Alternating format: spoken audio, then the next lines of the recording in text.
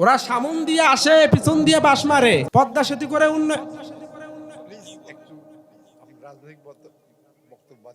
আমি তো ব্যালেন্স করে আমি তো নিজেও কারাগারের লোক। ভাই সন্টু ভাই কই? সন্টু ভাই আমার আত্মীয় স্যার, আমি নিজেও আপনার রাজনৈতিকের লোক। আমি শেষ করে দিই স্যার, শেষ করে দিই। আমি এমন কিন্তু কোনো দলের বিরুদ্ধে কই নাই, আমি না আওয়ামী লীগের বিরুদ্ধে কথা বলছি। এই বাংলাদেশে বিএনপি রাজনীতি করবে, জামাত করবে, এনসিপি করবে, আরো যারা করবে করবে, কিন্তু যারা আওয়ামী লীগের দালালি করবে তারা সাবধান। আওয়ামী লীগের যদি স্বামী স্ত্রী সম্পর্ক করতে হয়, বাংলাদেশে রাজনীতি করার দরকার নেই মিয়া। বারবার আমরা ঠকতে চাই না, এবার যাই হবে প্রয়োজনে শরীরের সমস্ত রক্ত বিলিয়ে দিব, তবু আল্লাহর কোরআনকে ক্ষমতায় নেওয়ার মাধ্যমে আমাদের রক্ত দিয়ে সংবিধানকে আমাদের পক্ষে লিখে নেব। ঠিক কিনা বলেন? আমরা বারবার ওই আমার বাড়ির আবদার করতে চাই না, যেই শালায় ক্ষমতায় যায় ও আগে পিটায়। ওরা সামন দিয়ে আসে, পিছন দিয়ে বাস মারে, পদ্মা সেতু করে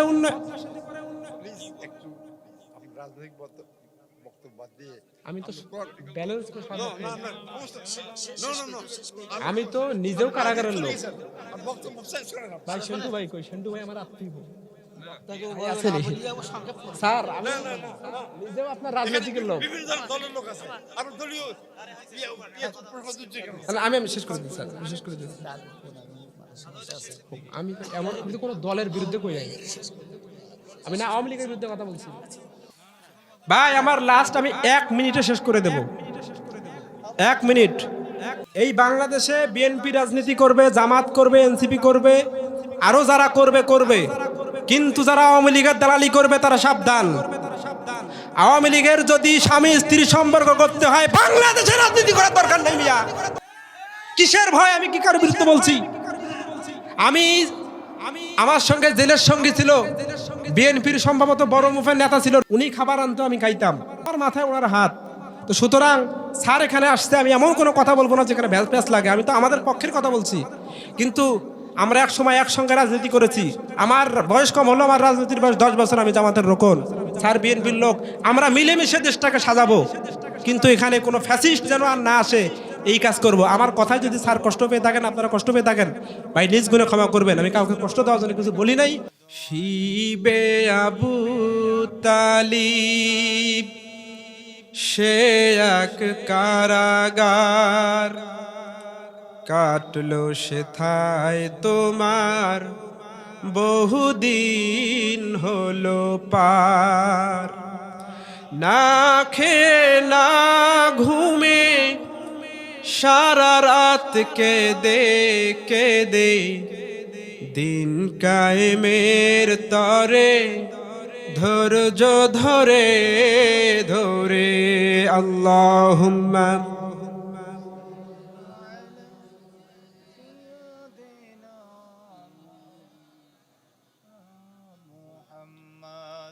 বালাগাল উলা বিকামালিহি কাশাফাত তুজা বিজামালিহি حسنت جميع خصاله صلوا عليه وآله।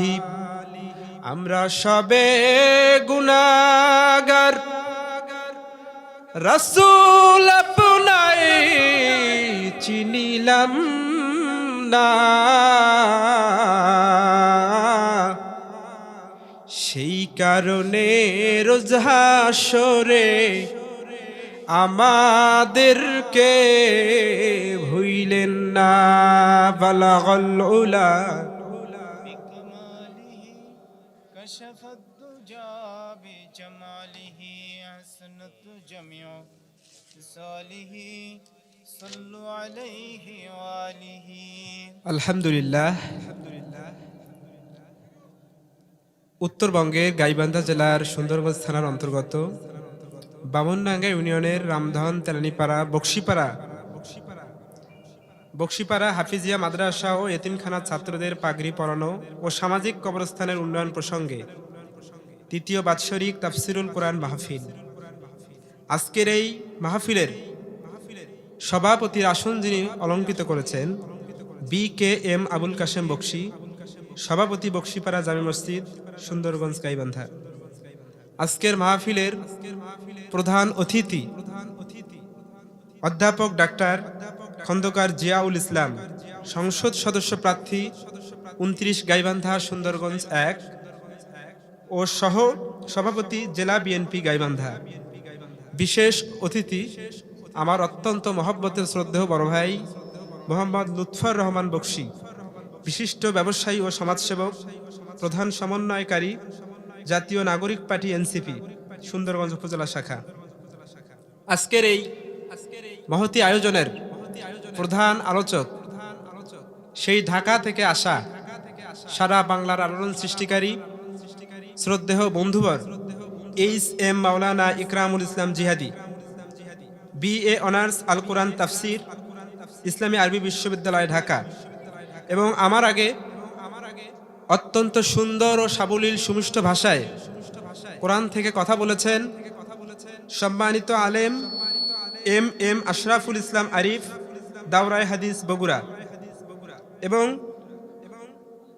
পোস্টারে আরও নানান অতিথি রয়েছেন। সেই সাথে আজকের এই মাহফিলের প্রধান আকর্ষণ দূর দূরান্ত থেকে ছুটে আসা তাওহীদের পতাকাবাহী, দ্বীন ইসলামের ঝান্ডাবাহী, দ্বীন ইসলামের নরসারদুল মুজাহিদ সম্মানিত ভাইরা এবং আড়ালে অবস্থানরত দূরে কাছের আবেদা সতী সাধবা পর্দানিশী মা ও বোনেরা, সবাইকে আবারও আমার পক্ষ থেকে দিল খোলা সালাম, আসসালামু আলাইকুম ওয়া রাহমাতুল্লাহি ওয়া বারাকাতুহু। শুরুতেই প্রশংসা করি সেই মহান রব্বুল আলামিনের, যিনি এই অন্তিম মুহূর্তে আমাদেরকে কাজে কর্মে ব্যস্ত না রেখে আজকের এই মাহফিলে আসার এবং সুন্দরভাবে বসার তৌফিক দান করেছেন। সেই মহান রবের শুকরিয়া আদায় করছি, সবাই বলে আলহামদুলিল্লাহ। গলার কৃপণতাকে ঝেড়ে দিয়ে, কণ্ঠ ছেড়ে দিয়ে সবাই আবারও বলি আলহামদুলিল্লাহ। এবং সেই সাথে শুকরিয়া আদায় করছি বিশ্ব মানবতার মুক্তির দূত, আমাদের রাজনীতির মহানায়ক, আমাদের আদর্শ সাইয়্যিদুল কাওনাইন খাতামান নাবিয়্যিন বিশ্বনবীর প্রতি সবাই সংক্ষিপ্ত আকারে দরুদ পড়ি সাল্লাল্লাহু আলাইহি ওয়াসাল্লাম। সম্মানিত ভাইরা, আজকের এই মাহফিলে আপনারা এসে খুশি না বেজার? আপনারা যারা দাঁড়িয়ে আছেন সবাই বসে পড়ুন, এবং এই যে মাঝখানে যে ফাঁকা জায়গাগুলো আছে একটু চেপে আসুন। আর ওই যে পিছনের কাতারে যে মানুষগুলো বসে আছে, ঠিক জান্নাতেও মানুষরা ওইভাবেই সারিবদ্ধভাবে বসে থাকবে, কিন্তু আজকের মাহফিলে সারি ভেঙে যে যেই ফাঁকে পারেন ঢুকে পড়েন। সবাই একটু সামনে আসেন, জিকির করি লা ইলাহা। দাঁড়ানোর দরকার নেই, বসে বসে আগান, বসে বসে আগান।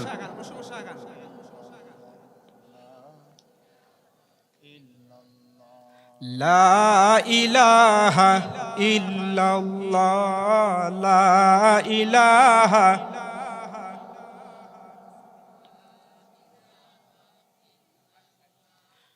সম্মানিত ভাইরা আমার আলোচনার সূচনায় সূরা ইব্রাহিম থেকে 48, 49 এবং 50 নম্বর আয়াত তেলাওয়াত করেছি। তাফসীর থেকে এই আয়াতের সাধারণভাবে যে অর্থটা আসে, সে অর্থ হচ্ছে সেই দিন পৃথিবী পরিবর্তন হয়ে যাবে, আকাশ এবং জমিন একত্রিত হয়ে যাবে, এবং সেদিন অপরাধীদেরকে আল্লাহ রাব্বুল আলামিন আগুনের শিকল দিয়ে বেঁধে রাখবেন, এবং তাদের গায়ে কোনো প্রকার পোশাক থাকবে না, তাদেরকে আলকাতরা দিয়ে ঢেকে রাখা হবে। এই যে শীতের রাত, সূর্য নাই, এরপরও হালকা হালকা গরম লাগে কি লাগে না? গরম লাগে। কিন্তু কিয়ামতের ময়দানে আল্লাহ রাব্বুল আলামিন সেই হাসরের মাঠে এক হাত মাথার উপরে সূর্যটাকে ছেড়ে দিবেন এবং 13টা মুখ ছেড়ে দিয়ে বলবেন, তোর সমস্ত তাপগুলো তুই ছেড়ে দে। এখন এই সূর্যটা 30,09,00,000 কোটি মাইল দূরে এই জমিন থেকে শুধুমাত্র একটা মুখ দিয়ে তাপ দেয়। এই সাধারণ তাপের কারণে বিলের জমিগুলো ফেটে যায় কি যায় না? যেদিন কিয়ামতের ময়দানে আল্লাহ পাক এক হাত মাথার উপরে সূর্যটাকে দিয়ে 13টা মুখ দিয়ে তাপ মারবেন, সেদিন জমিন ফাটা তো দূরের কথা, পুরো জমিন হয়ে যাবে তামা, সীসা হয়ে যাবে, এবং গুনাহগারের মাথার মগজগুলো গলে গলে পায়খানার রাস্তা দিয়ে ঝুমঝুম করে পড়ে যাবে। সবাই সেদিন দিক বিদিক ছোটা শুরু করবে, কেউ কাউকে চিনতে লাগবে না। সবাই সেদিন দৌড়াতে থাকবে, কেউ কাউকে চিনবে না। সবাই যখন দৌড়াতে লাগবে, সেদিন আল্লাহ পাক রব্বুল আলামিন ডেকে বলবেন, ইয়াউমা সাবআতু ইউযিল্লুহুমুল্লাহু ফি যিল্লিহি ইয়াউমা লা যিল্লা ইল্লা যিল্লুহু। ও আমার বান্দারা, আজকে তোমাদের দৌড়ানোর কোনো দরকার নাই। সবাই দৌড়াবে আমার বাজেটে 7 শ্রেণীর লোক যারা থাকবে, তোমরা দৌড়ায়ও না। আমি আল্লাহ রব্বুল আলামিন আরশের ছায়া পেতে দিলাম, ছায়ার ভিতরে অবস্থান করো। 7 শ্রেণীর লোকদের আল্লাহ পাক সেই আরশে ছায়া দিবেন। আপনি নামাজ পড়বেন, রোজা করবেন, হজ করবেন, সবই ঠিক আছে, কিন্তু আল্লাহ পাক বলবেন যে মুমিন যারা নামাজ পড়ে, রোজা করে, হজ করে, কথার সংযত রাখে, তারাই তো মুমিন নাকি? সেদিন আল্লাহ পাক শুধু মুমিনদেরকে বলবেন, এই মুমিনদের ভিতর থেকে আমার বাজেটে যেই 7 জন লোক আছো, সেই 7 জন আমার ভিতরে আসো। প্রথম নম্বরে বিশ্বনবী বলেন, ইমামুন আদিলুন, ন্যায়পরায়ণ শাসক যদি থাকো এই সমাজে, এই মজলিসে, এই আরশের ছায়া নিচে আসো। আজকে দেখবেন সমাজে সাধারণ মানুষের দাম কেউ দিতে চায় না। এই সাধারণ মানুষের দাম আল্লাহও দেয় না। কথা বুঝছেন? সাধারণ মানুষের দাম মানুষের কাছেও নাই, আল্লাহর কাছেও নাই। কারণ আল্লাহ আপনারা সাধারণ করে পাঠায় নাই। আল্লাহ আপনার সৃষ্টির শ্রেষ্ঠ জীব হিসাবে পাঠাইছেন দুনিয়াতে। আপনি তার ইবাদত বندگی করার জন্য পাঠাইছেন, কিন্তু আপনি সেটা করেন নাই। ন্যায়পরায়ণ শাসককে আল্লাহ ডাকবেন। ন্যায়পরায়ণ শাসকের ব্যাখ্যা হলো, যেই ব্যক্তি ক্ষমতায় যাওয়ার পর কোনো দুর্নীতি করে না, ফকিরের কাছ থেকে চাঁদা আদায় করে না, বাজার ঘাট কালেকশন করে পকেটে ঢুকায় না, বিরোধী দলের লোকদেরকে বাড়িতে গিয়ে বলে না কিছু বকশিস দেয় নইলে পরের দিন মামলা দেব। এবং ন্যায়পরায়ণ শাসক সেই ব্যক্তি যে বৈষম্য করে না। একটা চাকরি দরকার, নিজের আত্মীয় স্বজনের লোকও এসেছেন, একজন যোগ্য ব্যক্তিও এসেছেন। ন্যায়পরায়ণ শাসক তিনি যিনি যোগ্যতার মাপকাঠিতে মানুষকে প্রাধান্য দেয়। কিন্তু আজকে সমাজে কি ন্যায়পরায়ণ শাসক আছে বলে মনে হয়? কেউ কথা বলে না, তার মানে আছে। হ্যাঁ, নাই। যদি না থাকে তাহলে সাউন্ড তো বাড়াইতে হবে। যদি কথা বলেন আমার কথা বলতে সুবিধা হবে। আপনারা যত সাউন্ড দিবেন আমার গলার সাউন্ড তত বাড়বে। সম্মানিত ভাইরা আমার, আপনাকে শাসক হতে গেলে রাজনীতি করতে হবে, নেতা হতে হবে। আমাদের নেতা ছিলেন বিশ্বনবী সাল্লাল্লাহু আলাইহি ওয়াসাল্লাম। নেতা সম্মানের একটা শ্রদ্ধের ডাক, কিন্তু কিছু কিছু নেতা এই ডাকটাকে দুর্গন্ধময় করে ফেলেছে। এখন নেতার নাম শুনলেই মানুষ বিরক্ত হয়, যে নেতা একটা আইলো রে। কি বলেন আপনারা? সম্মানিত ভাইরা আমার, নেতা হতে হবে যোগ্যতার মাপকাঠিতে, কিন্তু আজকে নেতা হতে যোগ্যতা লাগে না। 2 ইঞ্চির একটা মোষ, 72 ইঞ্চির ভুঁড়ি হলেই সে নেতা। যদি চাপাবাতি করতে পারে তাহলে ওরে আর ঠেকায় কে? আবার এমনও নেতা বাংলাদেশে আছে আমার মনে হয়, আমি জানি না, এদিকে তো নাই, এদিকের মানুষ তো আমি। নেতা বসে থাকে বাংলাদেশে, নেতার মাথা বিক্রি হয় দিল্লিতে। কেউ দেখি কথা কয় না। নেতা বসে থাকে বাংলাদেশে, মাথা বিক্রি হয় আমেরিকায়। নেতা বসে থাকে বাংলাদেশে, মাথা বিক্রি হয় লন্ডনে। মুসলিম সমাজ কখনো মাথা বিক্রি করতে পারে? মুসলমান কল্লা দিতে জানে, আল্লাহ দিতে জানে না। ঠিক কি না বলেন?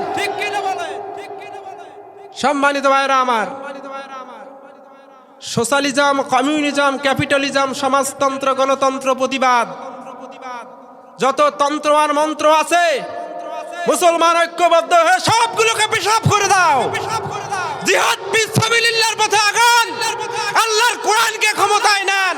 সমাজে ইসলাম প্রতিষ্ঠা হলে মানুষ ন্যায় বিচার পাবে। সমাজে যদি ইসলাম প্রতিষ্ঠা হয়, আবু সাইদের মায়ের বুক আর খালি হওয়া লাগবে না। আপনি বাজারে ব্যবসা করবেন, কারো বাপের ছাওয়ারে 1 টাকা দেওয়া লাগবে না। আপনি একটা চাকরি নিবেন, এদিক সেদিক দফা রফা করা লাগবে না। সুতরাং সমাজে যদি ইসলাম প্রতিষ্ঠা আমরা করি তাহলে এই সমাজের মানুষ সুফল পাবে, ঠিক কিনা বলেন? সুতরাং সমাজের মানুষ যদি সুফল পেতে চায় তন্ত্রমন্ত্র দিয়ে হবে নাকি আল্লাহর কোরআনকে ক্ষমতায় বসাতে হবে? এখন কি আল্লাহর কোরআন হেঁটে হেঁটে গিয়ে ক্ষমতায় বসবে নাকি ন্যায়পরায়ণ মানুষদেরকে সংসদে নেওয়ার মাধ্যমে আল্লাহর কোরআনকে নিতে হবে? এখন আর কথা কয় না কি মাঝে মধ্যে কি কোরআন কি হেঁটে হেঁটে যাবে নাকি কোরআনকে নিতে হবে? কোরআনকে নিতে হবে। আমার ভাইরা, আল্লাহর রাসূল বলছেন তাজিদুনা মিন খায়রিন নাস আশাদ্দুহুম কারাহিয়াতান লিহাযাল আমরি হাত্তা ইয়াকাফি। যেই লোক জীবনেও সংসদে যেতে চায় না, যেই লোক নেতা হবে এমন চিন্তাও করে না, বকশিপাড়ার লোক যদি ওই লোকরে ধরে পাকড়ে ক্ষমতার মসনদে বসায় সেই লোক জনগণের জন্য ন্যায়পরায়ণ শাসক হয়ে যাবে। কিন্তু আজকের সমাজে দেখা যায় যদি মনোনয়ন না পায় আগামী 3 দিন গাড়ি ঘোড়া বন্ধ। জনগণ মরুক আর থাকুক তাতে দেখার বিষয় নাই, রাস্তা বন্ধ করে মনোনয়ন আমারে নিতেই হবে। হিমস শহরে খলিফা দরকার। হযরত ওমরের কাছে জনগণ এসে বললেন আমিরুল মুমিনিন হিমসের ভিতরে কোনো লোক নাই। হযরত ওমর চিন্তায় পড়ে গেলেন, সমস্ত নেতাদেরকে ডেকে বললেন হিমসের ভিতরে গভর্নর দরকার, কে হবা? ও সাহাবী তুমি যাবা নাকি? বলে হুজুর আমার ওটা দরকার নাই, আর একজনরে দেন। ও সাহাবী তুমি যাবা নাকি? বলে না। কোন সাহাবী রাজি হতে চাচ্ছে না। এইবার খলিফা হযরত ওমর চিন্তা করলেন এভাবে হবে না, আমাকেই সিলেক্ট করতে হবে। একজন সাহাবী সাঈদ ইবনে আমির আল জুমাহি, সেই সাঈদ ইবনে আমির আল জুমাহিকে সিলেক্ট করলেন। ও সাঈদ হিমসের ভিতরে চলে যাও, দেরি করো না। খলিফার আদেশ পাওয়া মাত্র গাট্টি গুট্টা গোছায়া স্ত্রী সন্তানকে নিয়ে হিমস শহরে চলে গেলে। হযরত ওমর সেই গভর্নরকে সেই হিমসে পাঠায়া বসে থাকেন নাই, তলে তলে গোয়েন্দা দিয়ে খোঁজ খবর রেখেছে সেই গভর্নর ওখানে টাকা পকেটে ঢুকায় নাকি জনগণরে দেয়।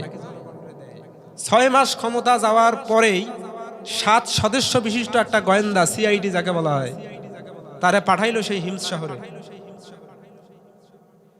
এবং সেই গোয়েন্দাদেরকে ডেকে বললেন ও গোয়েন্দারা কি খবর নিয়ে আসতো বলো। গোয়েন্দা বললেন হুজুর ভালো খবর আছে খারাপ খবর আছে, আগে ভালোটাই বলো। ও হুজুর আপনি যেই গভর্নরকে হিমস শহরে পাঠিয়েছেন আমরা সেই হিমসের পুরো মানুষদেরকে দেখলাম গরিব অধ্যুষিত এলাকা, রাস্তাঘাট ভালো না, কিন্তু এই গভর্নর যাওয়ার পরে একটা লোক সেখানে গরিব নাই, সবাই এখন টাকাওয়ালা হয়ে গেছে। শুধুমাত্র একটা লোক গরিব। বলে কে সে? যত ধন দৌলত লাগে তাকে দাও। বলে হুজুর ওই লোকটা আর কেউ নয়, ওই লোকটা হিমস শহরের গভর্নর, সে 2 বেলা খাইতে পারে না। জনগণ 3 বেলা আটা রুটি উঠের মাংস দিয়ে ভাত খায়, কিন্তু যে গভর্নর সে ঠিক 2 বেলা খাইতে পারে না, অথচ সে গভর্নর। আর আজকে আমাদের সমাজে মেম্বারের বাড়িতে 3 পদের তরকারি না থাকলে মেম্বার ভাতই খায় না। আরে কেউ যে কথা কয় না রে ভাই। এখানে যারা বৈশা আছে সবাই বাপ চাচা দাদা ভাই এগুলাই। এখন এরা মনে করতেছে দূর ওরক তুমি চেনো, ওই কইলে আর কি কই। তো অন্তত আজকের জন্য কিছু কন, তোমরা কইলে না গলাটা ছুটবে। এখন কেউ যদি না খেপেন তাহলে মুখ খেপার পাবান না। যদি কিছু শুনবে চান তাহলে পাগলাক লঙ্গির টালি দেওয়া লাগবে। কথা বুঝছেন? এখানে আসার আগে আমার বাপ চাচা দাদা আরো যেগুলা আছে, ভাই তোর পাও ধরম হাতও ধরম, এমন কিছু কইস না যেন কিছু একটা হয়। মইও কম ঠিক আছে, কিন্তু স্টেজত উঠলে যে মোর কোন কৃমি কামড়ায় মাথাটা সে কিলবিল কিলবিল করে। তবে এমন কোনো কথা বলবো না যেখানে কোনো ব্যক্তির সাথে আঘাত হানে।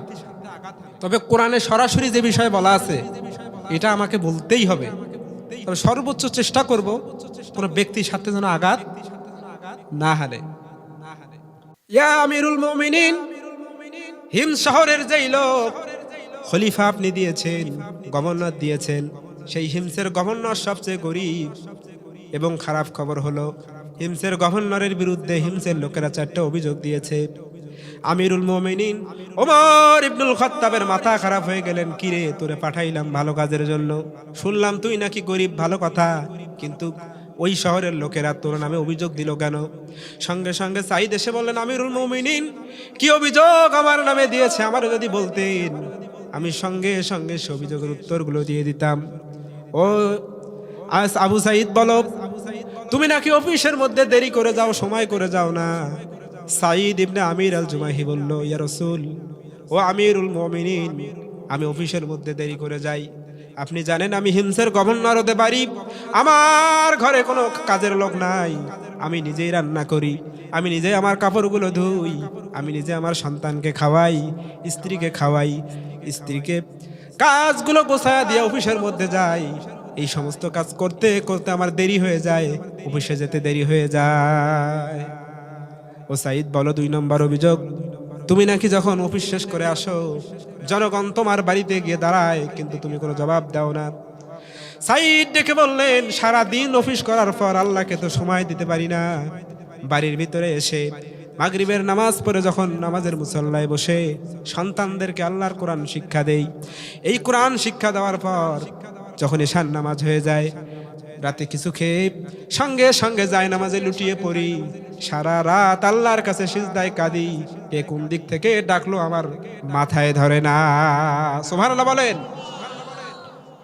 ও সাইদ, 3 নম্বর অভিযোগ, তুমি নাকি শুক্রবারের দিন অফিসে যাও না, জনগণ তোমার অফিসে গিয়ে সেবা পায় না কেন বলো? সাইদ ডেকে বললেন, খলিফা, আমি তো শুধুমাত্র হিমসের খলিফা। ও ওমর, আপনি তো শুধু হিমসের মানুষ নন, পুরো মক্কার মানুষ নন, একটা নয়, 2টা নয়, পুরো অর্ধ পৃথিবীর।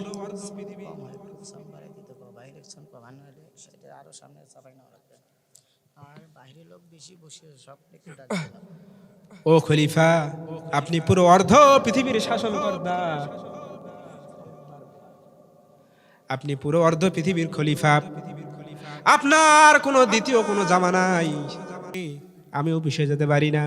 ও সাইদ, 3 নম্বর অভিযোগ, তুমি না 4 নম্বর অভিযোগ, তুমি নাকি অফিসের মধ্যে যাও, যাওয়ার পরে কিছুক্ষণ অফিস করার পরে মেগির মতন পড়ে থাকো কেন বলো? এইবার চোখের পানি ছেড়ে দিয়ে বললেন, ও আমিরুল মুমিনিন, আপনি কি সেই খুবাইব ইবনে আদির কথা জানেন? বলে, কোন সেই খুবাইব ইবনে আদি, যারা মক্কা থেকে মদিনায় রাসূল নিয়ে গিয়েছেন হিজরতের সফর সাথী হিসাবে? বলে, হ্যাঁ চিনি। ওই মক্কার মধ্যে এলান হয়ে গেল, খুবাইব ইবনে আদি ইসলাম গ্রহণ করে মদিনায় অবস্থান করছেন। কুরাইশ নেতাগুলো বলল, ওরে জীবিত অথবা মৃত, খুবাইবরে যে ধরে দিতে পারবে তার পুরস্কৃত করা হবে। এই পুরস্কৃতকারের উপলক্ষে সমস্ত কাফের বেঈমানগুলো মদিনার থেকে খুবাইবকে নিয়ে আসলো। খুবাইবের ডান হাত বাঁধলো, বাম হাত বাঁধলো, ডান পা বাম পা বেঁধে খুবাইবকে প্রশ্ন করলো, খুবাইব, তুমি নাকি কালেমা গ্রহণ করেছো, কথাটা কতটুকু সত্য? খুবাইব দেখে বললেন, ও কাফের সেনারা শোনো, ওই যে আল্লাহর আসমান, ওই যে নিচে জমিন, মাঝখানে ফাঁকা জায়গা, এই 3টা যতটুকু সত্য, আমি আল্লাহর নবীর হাতে হাত দিয়ে কালেমা গ্রহণ করেছি, এটাও ঠিক ততটুকুই সত্য। খুবাইব রে, কালেমা ছাড়বি কিনা বল? খুবাইব বললেন, কালেমাই যদি ছাড়তাম তাহলে গ্রহণ করলাম কেন? মুসলমান কল্লা দিতে জানে রে, কিন্তু আল্লাহর নবীজির কালেমা ছাড়তে জানে না। এবার খুবাইবের ডান হাত বাম হাত আঘাত মেরে কেটে দিল। ও খুবাইব, যদি কালেমাটা ছেড়ে দাও, তোমাকে বিশেষ হাকিম দিয়া হাসানগঞ্জের ডাক্তার দিয়া চিকিৎসা করায় হাত ঠিক করাবো। যদি তাও না হয় MBBS ডাক্তার জিয়াউল ইসলামকে দেখাবো, তবু তোর হাত ঠিক করবো, তুই কালেমাটা ছাড়। খুবাইব দেখে বললেন, কাফের, মারতে মারতে যদি মেরেও ফেলা হয়, আমি নবীজির কালেমা ছেড়ে দিব না। এইবার খুবাইবকে শুলে চড়ানো হবে। আর ডেকে বললেন, তোর কি লাগবে বল?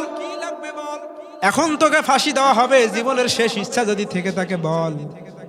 সঙ্গে সঙ্গে খোবায়েব বললেন, সুযোগ যেহেতু দিয়েছো হাত ছাড়া করবো কেন? আমাকে এক পেয়ালা পানি দাও, আমি ওযু করব আর আল্লাহর ইবাদতে মগ্ন হব। খোবায়েব ওযু করলেন, সুন্দর করে ওযু বানায়া নামাজের সিজদায় লুটিয়ে গেলেন। প্রথম রাকাত নামাজ ধীর স্থির ভাবে সময় নিয়ে পড়লেন। প্রথম রাকাত যখন সময় নিলেন, সিজদায় গিয়ে চিন্তা হয়ে গেল, আহারে আমি যদি নামাজ বেশি দেরি করি এই কাফেরগুলো ভেবে নিবে হয়তো আমি ফাঁসির মঞ্চে যাওয়ার ভয়ে নামাজটা দেরি করতেছি। না না, দেরি করা যাবে না। দ্বিতীয় অংশ দ্রুত শেষ করলেন। শেষ করে বলা হলো, ফাঁসির মঞ্চ কোথায়? ও খোবায়েব, ওই যে ফাঁসির মঞ্চ, যাও। সঙ্গে সঙ্গে খোবায়েব ফাঁসির মঞ্চে দৌড়ায়। কাফেররা ডেকে বললেন, খোবায়েব ওই জায়গায় কি তোমার শ্বশুর বাড়ি নাকি? মধুর হাড়ি ধরে রাখছে, এত জোরে কেন যাও? খোবায়েব ডেকে বললেন, তোমরা হয়তো দেখতেছো ফাঁসির মঞ্চ রে, কিন্তু আমি দেখতেছি ওই জায়গায় আল্লাহ আমার জন্য জান্নাতের দরজাগুলো পটপট করে খুলে দিচ্ছে। ফাঁসির মঞ্চে যাওয়ার পরে খোবায়েবের বাপ এসে বললেন, ও খোবায়েব, তোরে জন্ম দিলাম আমি, মানুষ করলাম আমি, সব করার পরে তুই মুহাম্মদের কালেমা পড়িস? বাবা তুই যা কবি বল, সব সম্পদ তোরে দেব, তারপরও কালেমা ছাড়, ইসলামী আন্দোলন ছেড়ে দে। খোবায়েব বললেও, বাবা মারতে মারতে মেরেও ফেলো, হাত তো কাটছো, সমস্যা নাই, তারপরেও কালেমা ছাড়া যাবে না। রাগের মাথায় বাপ করলো কি, পায়ের মধ্যে একটা কোপ মারলেন, ডান পা আলাদা হয়ে গেল। বাম পায়ে কোপ মারলেন রে, বাম পা আলাদা হয়ে গেল। খোবায়েব অঙ্গহানি হয়ে গেল। খোবায়েব বললেন, এইভাবে রেখে দিয়েছো কেন? মারার হইলে মারো, জান্নাতে চলে যাই, দেরি করো কেন? এইবার সেই সাঈদ ইবনে আমির তখনও ইসলাম গ্রহণ করেন নাই, কাফের অবস্থায় ছিলেন। কাফেরদের বিশাল বড় নেতা ছিলেন। একটা ঝাঁঝরা তরবারি নিয়ে এসে খোবায়েবের বুক বরাবর মেরে দিলেন। বুকটা ফিনকি দিয়ে রক্তগুলো বের হয়ে গেল, তরবারি পিছন দিয়ে মাটিতে গেড়ে গেল। এইবার সাঈদ আকাশের দিকে আঙ্গুলটা তুলে ধরলেন, লা ইলাহা ইল্লাল্লাহু মুহাম্মাদুর রাসূলুল্লাহ। কালেমা পড়তে পড়তে খোবায়েব দুনিয়া থেকে বিদায় নিয়ে যায়। সাঈদ ইবনে আমির বললেন, ইয়া আমিরুল মুমিনিন, ওই যে আমি খোবায়েবকে দুনিয়া থেকে বিদায় করে দিলাম, এখন তো আমি মুসলমান হয়েছি। অফিসের মধ্যে যখন বসি, ওই সাঈদের ঘটনাগুলো যখন আমার মনে পড়ে যায় গো, আমার বুকটা ফেটে যায়, মাথা আর কাজ করে না, অজ্ঞান হয়ে মিগিরুগির মতন পড়ে থাকি। এখানে আমার কোনো দোষ নাই। আমিরুল মুমিনিন দেখে বললেন, ও সাঈদ, আমি তো তোমারে ভুল বুঝেছিলাম, আমি নিজে আমার ভুল স্বীকার করলাম সাঈদ রে, আর চিন্তা করিও না, আমি এর থেকেও বড় দায়িত্ব দেওয়ার জন্য তোমার জন্য অপেক্ষায় আছি। সম্মানিত ভাইরা আমার, যারা ইমামুন আদিল, তারা কখনো দায়িত্ব চায় না যে আমি মেম্বার হব, আমি চেয়ারম্যান হব। দেন মনোনয়ন, জনগণ তাকে সিলেক্ট করে বানায় যে এই লোকটা মেম্বার চেয়ারম্যান হওয়ার যোগ্য।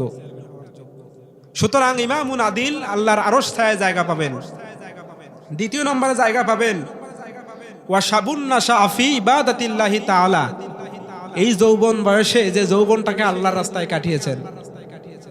তিন নম্বরে ওয়া রাজুলুন কলবুহু মুআল্লাকুন বিল মাসাজিদ, ওই যুবক আমার আরশের মধ্যে ছায়া পাবে, যেই যুবক সবসময় মসজিদের সঙ্গে অন্তরটারে টাঙ্গায় রেখেছিল। মসজিদের সঙ্গে কি এমনি যাবেন আর আসবেন, নাকি ইবাদত করবেন? নামাজ বিশ্বনবী সাল্লাল্লাহু আলাইহি ওয়াসাল্লাম বলেছেন, তোমরা নামাজ পড়বা আমাকে দেখে দেখে, আমি যেভাবে পড়ি। সল্লু কামা রাআইতুমুনি উসাল্লি, আমি যেমনে নামাজ পড়ি যেভাবে দেখো সেভাবে তোমরা নামাজ আদায় করো। কিন্তু আমরা নামাজ আদায় করলে যদি ব্যাং সামন দিয়ে যায়, কয় হুশ হুশ। আছে না, আছে না? একটা উদাহরণ কোরআনে নাই আর কি। এই তেলানির বিলে তিনজন ভুরা চালায়, তিনটা পোলায়, কথা বুঝছেন? তো হঠাৎ করে আজানের টাইম হয়ে গেছে, জীবনে নামাজ পড়ে নাই, এখন চিন্তা করতেছে যেহেতু আজান হয়ে গেল নামাজটা ভুরার মধ্যেই সারি। তো এই তিন ব্যক্তির এক ব্যক্তির ইমাম বানায়, বাকি দুজন মুক্তাদি হয়ে নামাজ পড়তেছেন। তো হঠাৎ করে বড় একটা মাছ কাতল লাফ দিয়ে উঠছে। তো পিছনের যে মুক্তাদি সে বলতেছে, শালার মাছ, তুই আর টাইমেই পাইলি না, নামাজের টাইমে এইভাবে লাভ দেওয়া লাগে। সাথের যেজন সে বলতেছে যে নামাজের সময় কথা বলা যায় না। ইমাম সাহেব পেছন দিকে ঘুরে কইতেছে এই জন্যই তো আমি কথা কই না। বলেন তো নামাজ ঠিক থাকলো? থাকলো? ঠিক থাকলো? শুধু কি তাই? দেখবেন সারা বছর আকাম কুকাম করছে, 70 বছরে গিয়ে মসজিদের সভাপতি হয়, আছে না এরকম? ইমাম সাহেব যদি একটু ধীরে রুকু সিজদা করে, ডাক দিয়ে কয় এই ইমাম সাহেব, তোর বয়স কত? কয় 30। কয় আমার কত? 70। আপনার ডাবল। কয় তুই কি মনে করস আমি তোর আগে রুকু সিজদা করতে পারি না? আমি তোর আগে রুকু করতে পারি, সিজদাও করতে পারি, এবং তোর আগে আমি দোয়া কালামও শেষ করি, তুই বুঝিস না। সুতরাং নামাজ ধীর স্থির ভাবে পড়তে হবে, নামাজে মনোযোগ সহকারে পড়তে হবে। নামাজে বিভিন্ন দুনিয়াবী চিন্তা আসবে। একজন সাহাবী, জগৎ বিখ্যাত আলেম, রাসূলুল্লাহর জামাতা হযরত আলীর কাছে গিয়ে বললেন, আলী, যখনই নামাজে দাঁড়াই বিভিন্ন রকমের চিন্তা এসে গ্রাস করে, বলো তো কি করব? আলী বললেন, তোর নামাজ হয় নাই, তুই সর। সাহাবী চিন্তায় পড়ে গেলেন, সারা জীবন নামাজ পড়লাম, এত দুনিয়াবী চিন্তা মাথায় আসলো, এ যদি বলে একটা নামাজও হয় নাই, মাথা কি ঠিক থাকে? তখন বললো, আলী তোমার ফতোয়া নেব না, তোমার শ্বশুরের কাছে যাব। রাসূলের কাছে গিয়ে জিজ্ঞেস করলেন, ইয়া রাসূলুল্লাহ, হে আপনার জামাই বলেছেন নামাজ নাকি হবে না। আল্লাহর নবী বললেন, সঠিক কথা নাকি? বলে হ্যাঁ। সাহাবী আলীকে ডাকলেন, ও আলী, তুমি কি ফতোয়া দিয়েছো? বলে হ্যাঁ। ও আল্লাহর সামনে গিয়ে দাঁড়াবে আর দুনিয়ার কথা কেন চিন্তা করবে? এইবার নবীজি বললেন, আলী, সুন্দর করে ওযু বানাও, ওযুটারে বানাইয়া 2 রাকাত নামাজ পড়ো।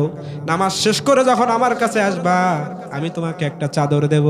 হযরত আলী চিন্তা করলেন, আহারে, বিশ্ব নবীর মতো মানুষ আমাকে চাদর দেবে। সঙ্গে সঙ্গে ওযু করে 2 রাকাত নামাজ যখন পড়বেন, দ্বিতীয় রাকাতে সিজদায় গিয়ে মনে হয়ে গেল, আল্লাহর রাসূল যে আমাকে চাদরখানা দেবেন, এটা কোন জায়গার চাদর? এটা কি হাফসার ঘরের চাদর নাকি আম্মা জান আয়েশার ঘরের চাদর? সুন্দর করে নামাজটা শেষ করলেন। নামাজ শেষ করে রাসূলের সামনে এসে বললেন, ইয়া রাসূলুল্লাহ, হে। রাসূলের চোখের দিকে দেখে রাসূলও হাসে, আলীও হাসে। ও আলী, হাসো কেন? এ রাসূলুল্লাহ, আপনিও জানলে যে কারণে হাসেন, আমিও সেই কারণে হাসি। আলী বলছে, দুনিয়াবী চিন্তা আসলে নামাজ হবে না, কিন্তু সেই আলী নামাজে গিয়ে চিন্তা করে যে রাসূল যে চাদর দেবে, এটা কোন স্ত্রীর ঘরের চাদর? সুতরাং নামাজের ভিতরে যদি কোনো ওয়াজিব ছুটে যায়, মুস্তাহাব ছুটে যায়, সাহু সিজদা দিলে যিনি নামাজ কবুল করে নেবেন তিনি কে? এই বলে কি হযরত আলীর নামাজ খুব দুর্বল ছিল না। জিহাদের ময়দানে পায়ে একটা তীর লেগে গেছে, এত বিষাক্ত তীর। হযরত আলী দিন রাত সব সময় শুধু কাঁদে এই তীরের ব্যথায়। তীরটা যখন খোলার চেষ্টা করে, আলী লাফ দিয়া ওঠে। সাহাবা একরাম পরামর্শ করলেন, ইয়া রাসূলুল্লাহ, হে আলী তো কাঁদেন, এই তীরটা কেমনে খুলবো যদি একটু বলতেন। বিশ্বনবী পরামর্শ দিলেন, ও সাহাবীরা, হযরত আলী যখন নামাজে দাঁড়ায় যায়, সে তো শুধু নামাজ পড়ে না, সে আল্লাহকে দেখে দেখে নামাজ আদায় করে। সুতরাং তোমরা যদি এই তীরটাকে খুলতে যাও, হযরত আলী যখন নামাজে দাঁড়াবে, তোমরা সেই সময় গিয়ে তীরটা খুলবা।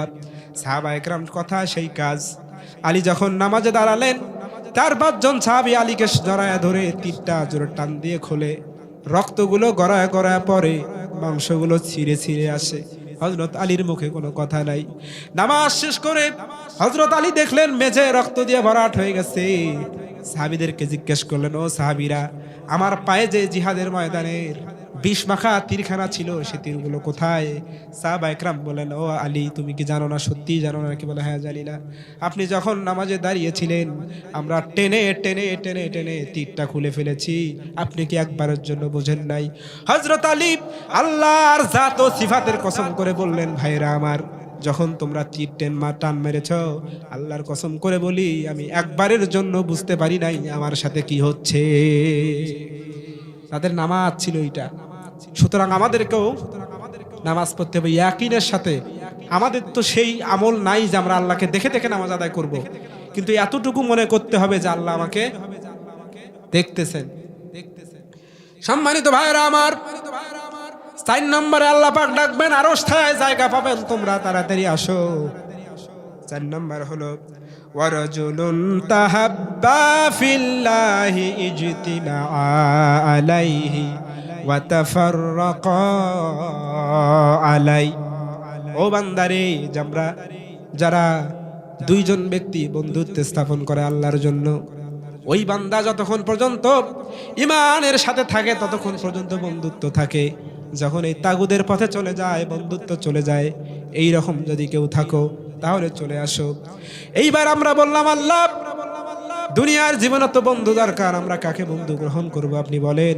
আপনি তো বললেন রামবামের সাথে কোনো বন্ধুত্ব হবে না, তাহলে বন্ধু হবে কার সাথে? আল্লাহ পাক জানিয়ে দিলেন ইন্নামা ওয়ালিয়্যুকুমুল্লাহু ওয়া রাসূলুহু ওয়াল্লাযীনা আমানুল্লাযীনা ইউকিমুনাস সালাতা ওয়া ইউতুনাজ যাকাতা ওয়া হুম রাকিয়ুন। আল্লাহু আকবার বলেন। ও বান্দারে, তোমাদের বন্ধু যদি প্রয়োজন হয় আমি আল্লাহর সাথে বন্ধুত্ব করো, আমি রাসূলের সাথে বন্ধুত্ব করো। আমরা বললাম অবশ্যই বন্ধু আপনার সাথে হবে, কিন্তু দুনিয়ায় চলতে গেলে তো বন্ধুর দরকার হয়। আল্লাহ বলে মুমিনের সাথে করো। ও আল্লাহ মুমিনের বর্ণনা দেন। আল্লাহ পাক মুমিনের বর্ণনা এই আয়াতের শেষ অংশে বললেন মুমিন হবে তারা যারা সালাত প্রতিষ্ঠা করবে সমাজে, শুধু নিজেই সালাত পড়বে না, অন্যকেও সালাত পড়ানোর জন্য হাতে পায়ে ধরে ধরে বুঝাবে। সেই ব্যক্তি মুমিন যারা যাকাত প্রতিষ্ঠা করবে সমাজে, সে সুদের খাতা সুদ খুলে দেবে না। ও ভাইরা, কার দরকার আমার কাছে নাও 1000-100, এইভাবে সে বলবে না। সে বলবে এই সমাজের ভিতরে যত ধনাঢ্য মানুষ আছেন সবার যা যাকাত আছে হিসাব করেন, হিসাব করে মসজিদের ফান্ডে যাকাত দেন। এই যাকাতগুলো একত্রিত করে সমাজের যেই মানুষগুলো যাকাত প্রয়োজন, যেই মানুষগুলো অসহায় খাইতে পারে না, এই মসজিদের ফান্ড থেকে যাকাতগুলো প্রত্যেককে ধরে ধরে দেওয়া হবে। এই হচ্ছে মুমিন।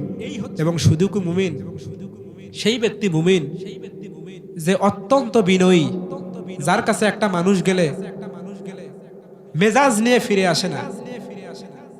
যত বড় শত্রু হোক না কেন এমন ভাবে সে কথা বলে ওই লোকটা তার বন্ধু না হয়ে পারে না।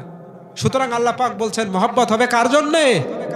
আল হুব্বু ফিল্লাহি ওয়াল বুগদু ফিল্লাহ, যে মহব্বত হবে আল্লাহর জন্য এবং শত্রুতা হবে আল্লাহর জন্য। এই মহব্বত শুধু বন্ধু বান্ধবের ভিতরেই সীমাবদ্ধ নয়, স্বামী স্ত্রীর মাঝেও আছে না নাই? আরো জোরে বলেন। একজন সাহাবীর কথা মনে হয়ে গেল। আবু সালমা নাম তার, নতুন বিবাহ করেছে, স্ত্রীর নাম উম্মে সালমা। দুইজন নবদম্পতি, বাচ্চা একটা হয়েছে। দুজন একদিন অন্তরঙ্গ মুহূর্তে গিয়া বললেন ও স্ত্রী রে, কেমন ভালোবাসো আমারে। বউটাই দেখে বলল স্বামী যার কোনো বিকল্প নাই। এবার বউ দেখে বললেন স্বামী গো, আপনি আমারে কেমন ভালোবাসেন? বলে 100-তে 100, যদি 150 হয় তাহলে সেটাও। বলে একটা কথা শুনতে চাই, যদি আপনি উত্তর দেন। বলে কি? আমি যদি আগে মারা যাই। স্ত্রী বলেন ও স্বামী, যদি আগে আমি মারা যাই আপনি কি বিবাহ করবেন নাকি বলেন? স্বামী বলে এই প্রশ্নের উত্তর আমি দেব না, কারণ যদি তোর প্রশ্নের উত্তর দেই কোন জায়গায় প্যাঁচ লাগাবি। ও সুতরাং তোর মন কি চায় সেটা ক। স্ত্রী ডেকে বললেন আমার মন বলে আমি যদি আগে মারা যাই আমার পরে আপনি আর কোনো বিবাহ করবেন না, এটা আমি মানতে পারবো না। আপনারা সমাজে তাকিয়ে দেখবেন আমাদের মায়েরা, আমাদের বোনেরা দুনিয়ার সমস্ত কিছুর ভাগ দেয় কিন্তু স্বামীর ভাগ দিতে পারে। যত ভালো মহিলাই হোক, হাদিসের কথা যতই বলুক, কিন্তু স্বামীরে অন্য বিবাহ দিতে হবে সে এটা চায় না। যদি স্বামী বলে আর একটা বিবাহ করতে চাই, কয় তুই সেইটা কর, আমার তালাক দে, কয় কি কয় না? এত মোহাব্বত। এইবার স্বামী ডাক দিয়ে বললেন ও উম্মে সালমা, কোনো চিন্তা করো না, যদি তোমার বিবাহের প্রয়োজন হয়, আমি মারা গেলে যদি বিবাহের প্রয়োজন হয়, আমি এমন দোয়া করব না বিবাহ করো না, বরং আমি দোয়া করব আমার থেকে ভালো উত্তম স্বামী তুমি জোটায় আনিবা। ওই দিক থেকে জিহাদের ডাক এসে গেল, ও আবু সালমা, বউ নিয়া থাকবা নাকি হিজরতে যাবা? এইবার স্বামী ডাক দিয়ে বললেন বউ রে, রাসূলুল্লাহ ডেকেছেন জিহাদের ময়দানে যেতে হবে, স্ত্রী বলল, স্বামী গো, আমি ইসলাম গ্রহণ করব না, জিহাদের ময়দানেও যাব না। এই যে আমার এত সুন্দর বাড়ি, এত সুন্দর অট্টালিকা, আমি এই রাজ্যের প্রেসিডেন্ট, আমার এত টাকা পয়সা ছেড়ে কেন আমি মদিনায় যাব? স্বামী বললেন, বউ সূরা তাওবার 24 নম্বর আয়াতে বলছেন, কুল ইন কানা আবাউকুম ওয়া আবনাউকুম ওয়া ইখওয়ানুকুম ওয়া আজওয়াজুকুম ওয়া আশীরাতুকুম ওয়া আমওয়াল। যদি তোমার কাছে স্ত্রী, সন্তান, পুত্র, বাবা মা, আত্মীয় স্বজন, গোত্র, তোমার বাড়ি, তোমার ঘর, তোমার সম্পদ, তোমার ব্যবসা যদি মন্দ হওয়ার আশঙ্কাও থাকে, তোমার সেই অট্টালিকা যেটা অনেক কষ্টের টাকা দিয়ে তুমি বানিয়েছো, এগুলো তোমার কাছে অধিক বেশি প্রিয় হয় আল্লাহ এবং রাসূলের পথে জিহাদ করার থেকেও বেশি, তাহলে ও বান্দা তুমি অপেক্ষা করো, আল্লাহর পক্ষ থেকে ফয়সালা আসবে। স্ত্রীকে শুনায়া দিলেন, বিবি রে, হিজরতে যদি যাও বউ থাকবা, না হলে তোমারে তালাক দেব, কারণ তোমার থেকে হাজার গুণে আমি আল্লাহকে বেশি ভালোবাসি। এইবার স্ত্রী রাজি হয়ে গেলেন, কালেমা পড়লেন, স্বামীর সঙ্গে যাওয়ার জন্য রেডি হয়ে গেলেন। এইবার দুজনে যখন যাবেন, উম্মে সালমার শ্বশুর বাড়ির লোকেরা উম্মে সালমাকে আটকায়া দিলেন। আবু সালমাকে ডেকে বললেন, ও আবু সালমা, তুমি গেলে যাও, কিন্তু আমাদের বাড়ির মেয়ে আমরা যেতে দেব না। আবু সালমা হিজরতে গেলেন। বছর খানিক পরে স্ত্রী পুত্র হিজরত করতে গেলেন সেই মদিনার পানে। স্ত্রী এবং সন্তান যখন মদিনার এরিয়ার ভিতরে ঢুকবে রে, সেই সময় ফজরের টাইমে মসজিদ থেকে আজান হয়। ও বান্দারা, তোমরা কি জানো এই মক্কার, এই মদিনার ভিতরে হিজরতের সাহাবী হযরতে আবু সালমা রাদিয়াল্লাহু তাআলা আনহু একটু আগে ইন্তেকাল করেছেন। উম্মে সালমা মদিনায় ঢুকবেন, আবু সালমা ইন্তেকাল করেছেন। এই খবর যখন বউয়ের কানে আসলো, সঙ্গে সঙ্গে চিৎকার মেরে উঠল। ছোট্ট সন্তান আয়াতখানা শুনে দিলেন, মাগো চিৎকার করো না, আল্লাহ পাক কত সুন্দর করে বলছেন, ইন্না লিল্লাহি ওয়া ইন্না ইলাইহি রাজিউন। এই দোয়াটা পড়ো, আল্লাহর উপর ভরসা করো, আল্লাহর মাল আল্লাহর কাছে যাবে, চিন্তিত হওয়ার দরকার নাই। ছোট্ট সন্তান এবং স্ত্রী স্বামীর কাছে গেলেন। বিশ্বনবী খবর পেলেন, ও রাসূল, আবু সালমা মারা গিয়েছে, উম্মে সালমা মদিনার ভিতরে এসেছে, লাশ দাফন করতে হবে। আল্লাহর নবী সাহাবীদেরকে বললেন, ভাইরা, আমার ভাই আবু সালমার লাশ আমি নিজে ধৌত করাবো, আমি নিজে কাফন করাবো, আমি নিজে দাফন করাবো রে, আমি নিজে দোয়া করব। এইবার নবীজি আর দেরি করলেন না, খাবার ছিল সামনে, ফালায়া দিয়া সঙ্গে সঙ্গে চলে গেলেন আবু সালমার কাছে। গিয়া দেখে ছোট্ট বাচ্চা বাবের লাশখানা জড়ায়া ধরে কান্দে, আব্বু গো, মদিনা থেকে আমাদেরকে রেখে আসছিলেন, একবারও তো খবর নেন নাই, আপনি নবীজির ভালোবাসায় নিয়ে আসছেন, আমি গভীর দিন পর, বছর খানিক পরে আপনার কাছে আসলাম, ও বাবা দেখাও তো দিলা না গো, আমার তো একবার বাবাও বলে ডাকলা না, আমারে দেখার আগে কবরের দেশে যাবা চিন্তাও করি নাই, ও গো আব্বা আপনি তো চলে গেলেন, আমারে কে জড়ায়া ধরবে, কে খাওয়ায়া দেবে, কে গো আমারে গায়ে গোসল করায়া দেবে। এমন করে যখন কাঁদেন, সাহাবীরাও কাঁদতেছেন। আল্লাহর নবী বললেন, সাহাবী কেঁদো না রে, শুধু তুমি এতিম না, আমি বিশ্ব নবী জামানায় এতিমদের সর্দার। তুমি তো তোমার বাপের মুখখানা দেখেছো রে ভাই, কিন্তু আমি তো দেখি নাই। নবীজি এমন করে কাঁদেন, সাহাবীও আবেগ আপ্লুত হয়ে গেলেন। নবীজি বললেন, সাহাবী, যত পৃথিবীতে এতিম আসবে সব এতিমদের পিতা আমি বিশ্ব নবী। সুতরাং ও আবু সালমার সন্তান, চিন্তা করো না, তোমার বাবা নাই তো কি হয়েছে, আজ থেকে আমি বিশ্ব নবী তোমার বাবা হয়ে গেলাম। সুবহানাল্লাহ বলেন। সাহাবী চিৎকার মেরে বলে, আল্লাহ গো, এই সুখের খবর যদি আরো আগে দিতা, তাহলে আমি আরো আগে দোয়া করতাম, আমার বাপ মরে না কেন। আমি যদি জানতাম আমার বাপ মরলেই বিশ্বনবী আমার বাবা হবে, তাহলে আমি আরো আগে দোয়া করতাম আমার বাবা যেন মারা যায়। এইবার নবীজি সাহাবীরা জড়ায়া ধরলেন, কোলের মধ্যে নিলেন, মাথায় হাত বুলাইয়া দিলেন, আর বললেন, ও সাহাবী,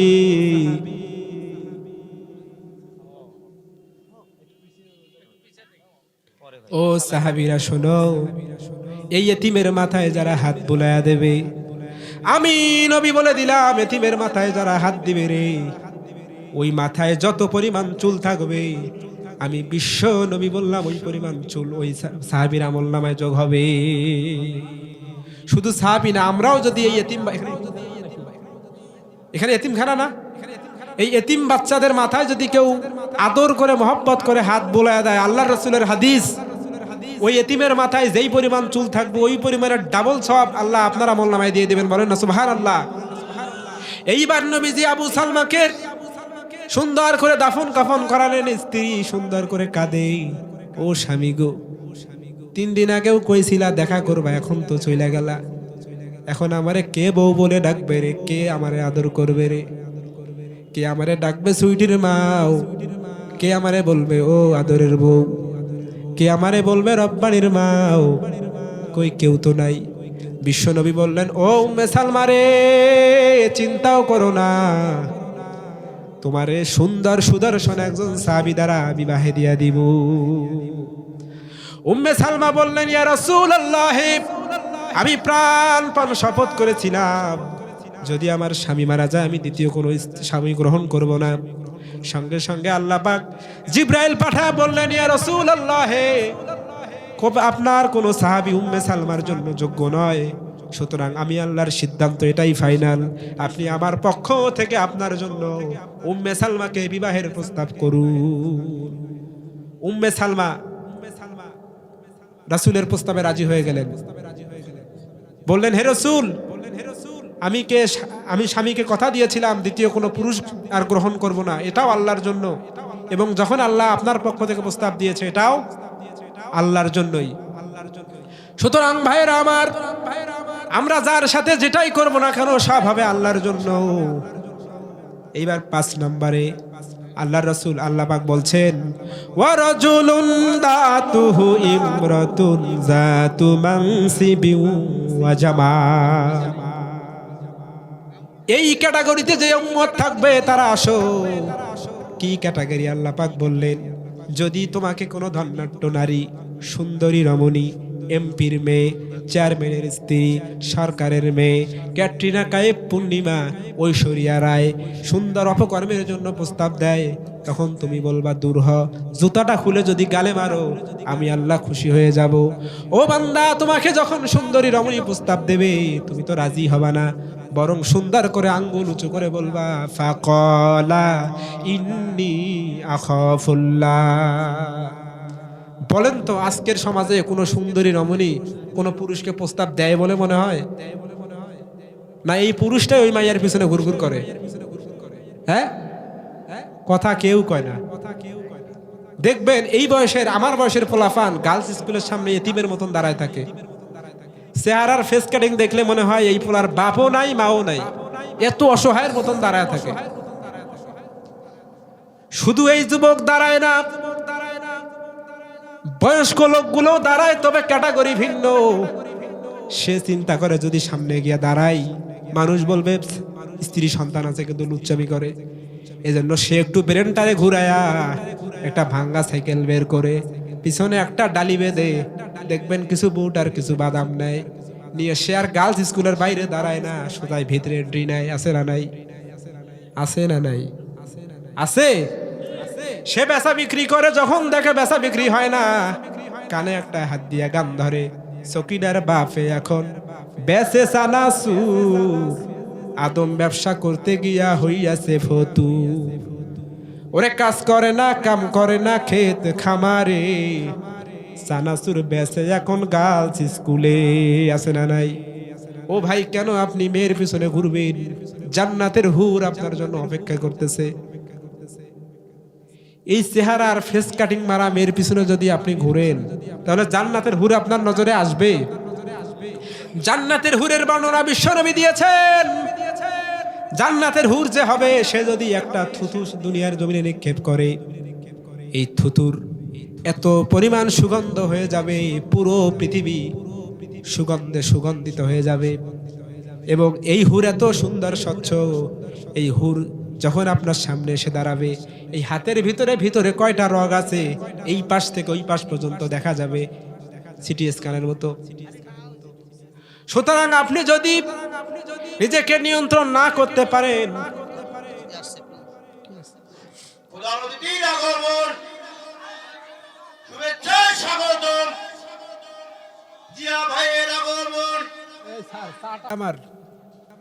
আমরা ছিলাম যখন কোনো মেয়ে আমাদেরকে আকৃষ্ট করবে তখন আমরা বলবো কি, ফাকালা ইন্নী আখাফুল্লাহ।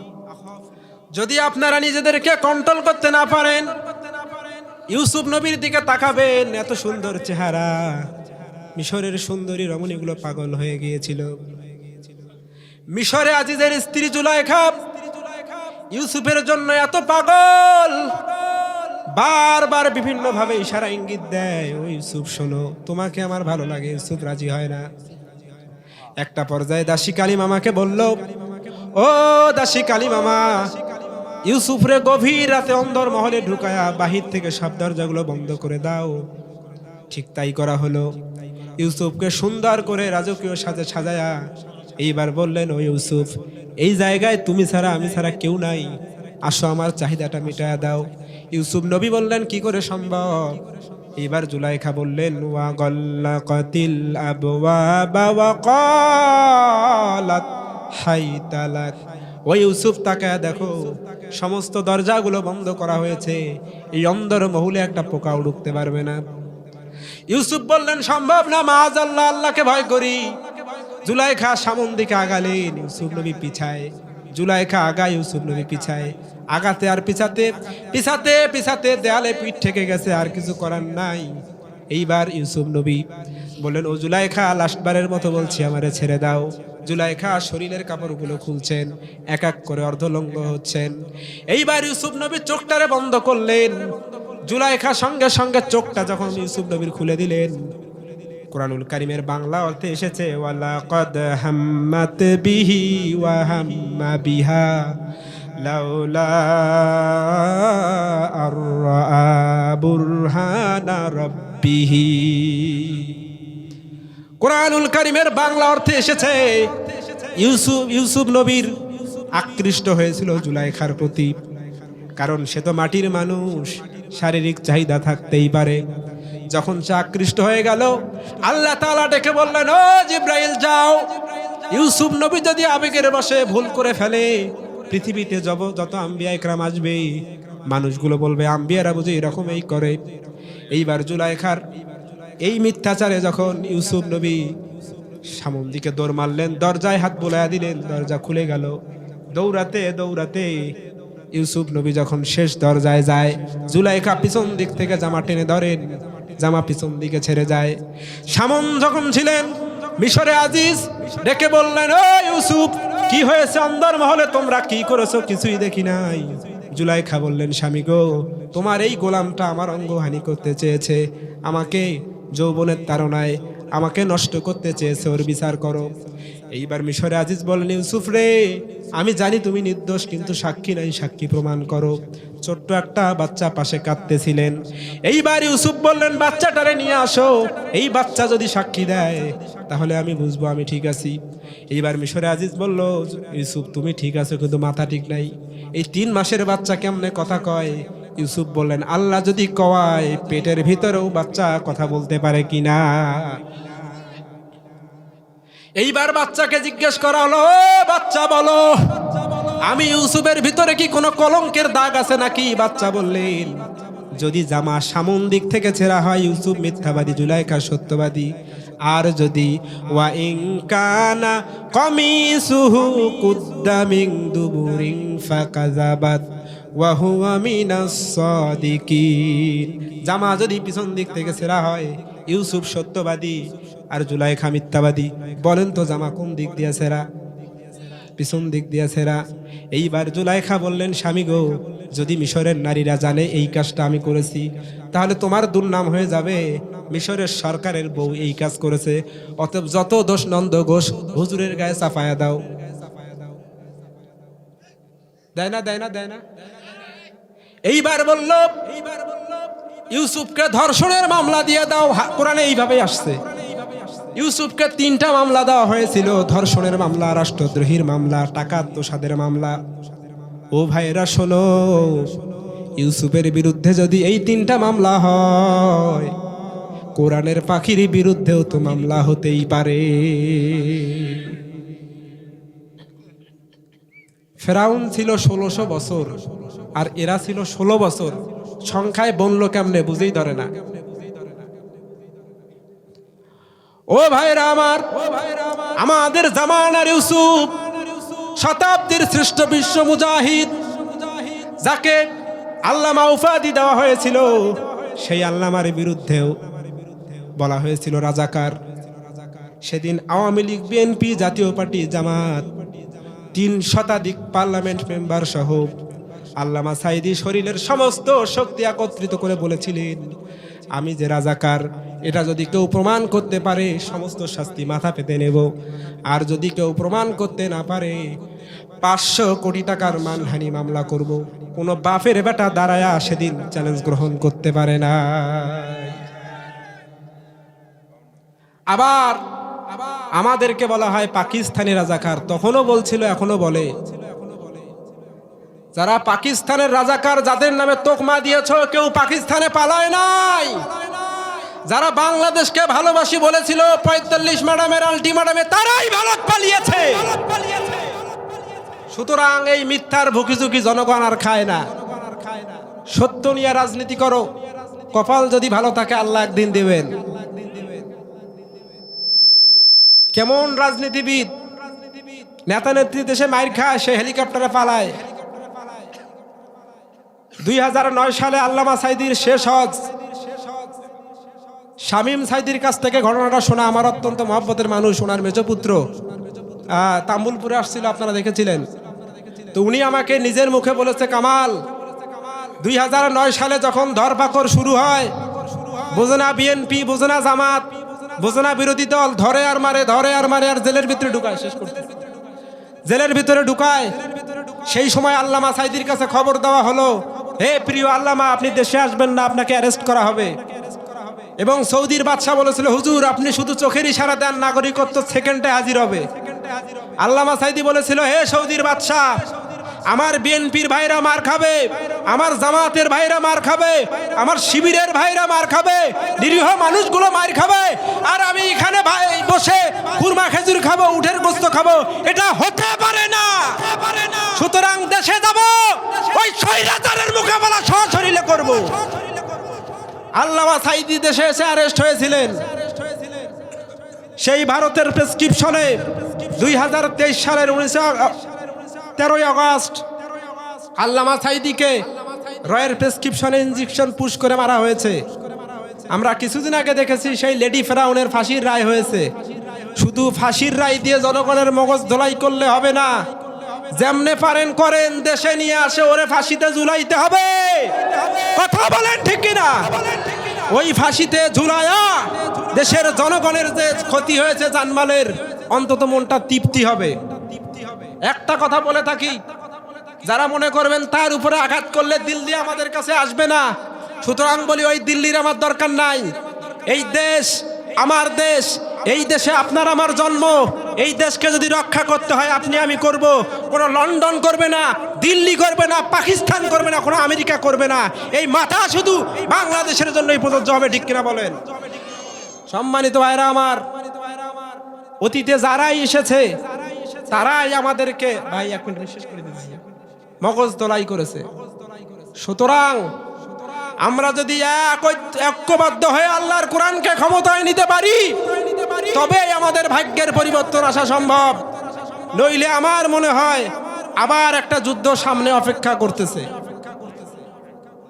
সম্মানিত ভাইরা আমার, সুতরাং বারবার আমরা ঠকতে চাই না।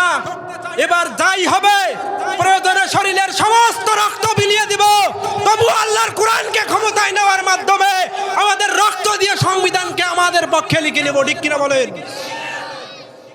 আমরা বারবার ওই মামার বাড়ির আবদার করতে চাই না, যেই শালায় ক্ষমতায় যায় ওই আগে পিটায়। ওরা সামন দিয়ে আসে, পিছন দিয়ে বাঁশ মারে, পদ্মা সেতু করে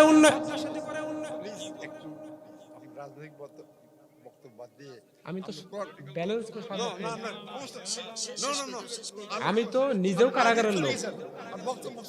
ভাই সেন্টু ভাই কই? সেন্টু ভাই আমার আত্মীয় স্যার, আমি নিজেও আপনার রাজনৈতিক লোক। আমি শেষ করে দিই স্যার, শেষ করে দিই। আমি এমন কিন্তু কোনো দলের বিরুদ্ধে কই নাই, আমি না আওয়ামী লীগের বিরুদ্ধে কথা বলছি। ভাই আমার লাস্ট আমি 1 মিনিটে শেষ করে দেব। 1 মিনিট। এই বাংলাদেশে বিএনপি রাজনীতি করবে, জামাত করবে, এনসিপি করবে, আরো যারা করবে করবে, কিন্তু যারা আওয়ামী লীগের দালালি করবে তারা সাবধান। আওয়ামী লীগের যদি স্বামী স্ত্রী সম্পর্ক করতে হয়, বাংলাদেশে রাজনীতি করার দরকার নেই মিয়া। কিসের ভয়? আমি কি কারোর বিরুদ্ধে বলছি? আমি আমার সঙ্গে জেলের সঙ্গী ছিল, বিএনপির সম্ভবত বড় মুখের নেতা ছিল, উনি খাবার আনতো, আমি খাইতাম, আমার মাথায় ওনার হাত। তো সুতরাং স্যার এখানে আসছে, আমি এমন কোনো কথা বলবো না যেখানে ভ্যাস ভ্যাস লাগে। আমি তো আমাদের পক্ষের কথা বলছি, কিন্তু আমরা এক সময় একসঙ্গে রাজনীতি করেছি। আমার বয়স কম হলো, আমার রাজনীতির বয়স 10 বছর, আমি জামাতের রোকন, স্যার বিএনপির লোক। আমরা মিলেমিশে দেশটাকে সাজাবো, কিন্তু এখানে কোনো ফ্যাসিস্ট যেন আর না আসে, এই কাজ করব। আমার কথায় যদি স্যার কষ্ট পেয়ে থাকেন, আপনারা কষ্ট পেয়ে থাকেন, ভাই নিজ গুণে ক্ষমা করবেন। আমি কাউকে কষ্ট দেওয়ার জন্য কিছু বলি নাই, হয়তো স্লিপ অফ টান হয়ে গেছে, মাফ করে দিবেন। আসসালামু আলাইকুম ওয়া রাহমাতুল্লাহি ওয়া বারাকাতুহু।